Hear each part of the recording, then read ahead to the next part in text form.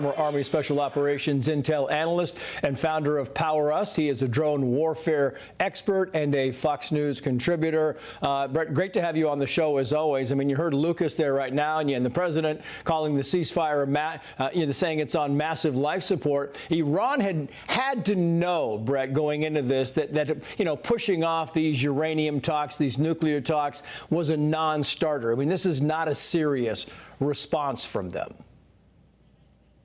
Exactly, Trace. And Iran's ayatollahs have spent years perfecting the art of the fake truce while secretly building missiles and drones that could one day reach us. And every ceasefire violation that they accuse us of is just them probing for weakness. We stop them by rejecting these weak deals that prior administrations accepted to save face, and by backing it up with our military and decisive action if they force our hand, and telling the world the era of Iran holding the global economy hostage is over. No more blood money, no more proxy wars on our dime. This is about protecting American interests. It's about securing our allies. It's about sending a message that the world's leading state sponsor of terror does not get to dictate the future. Letting Iran dictate oil prices and nuclear timelines is national suicide, Trace. And Trump is getting it right by keeping the leverage hot and the options open, because if we don't stop Iran today, they'll make sure we regret it tomorrow, and no amount of diplomatic word salad is going to change that. And I think, frankly, the American people are tired of watching Iran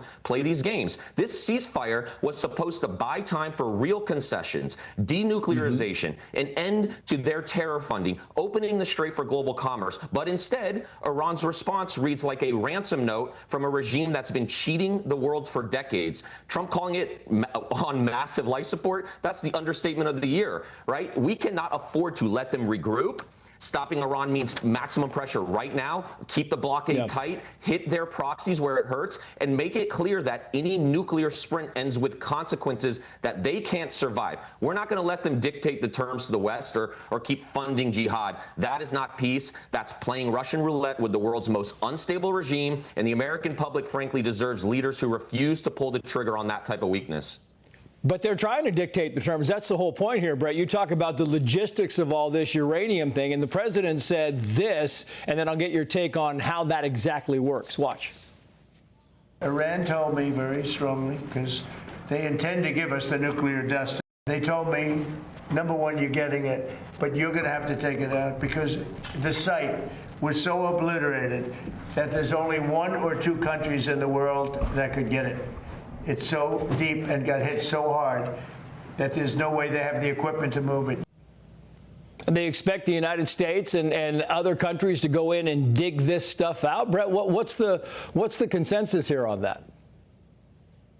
Well, I'm sure tactically we have a plan for that. I think, though, the most important thing to think about is, at least right now with this ceasefire, it happened because of America's overwhelming pressure and our strength. That is what restored deterrence, and that is what is going to stop a nuclear-armed Iran. Iran only respects power. They don't respect ambiguity. The reason they're even back at the table at all is because the United States military reestablished credibility. And so, when it comes to dismantling their nuclear program, in the end, it is going to probably have to be on us. But every single small skirmish, I'll tell you, in the Strait of Hormuz, it proves why we can't trust this regime even for a second. They're trying to close the waterway. They attack nuclear shipping. They fire on our partners. And then they cry victim when we escort vessels and defend ourselves.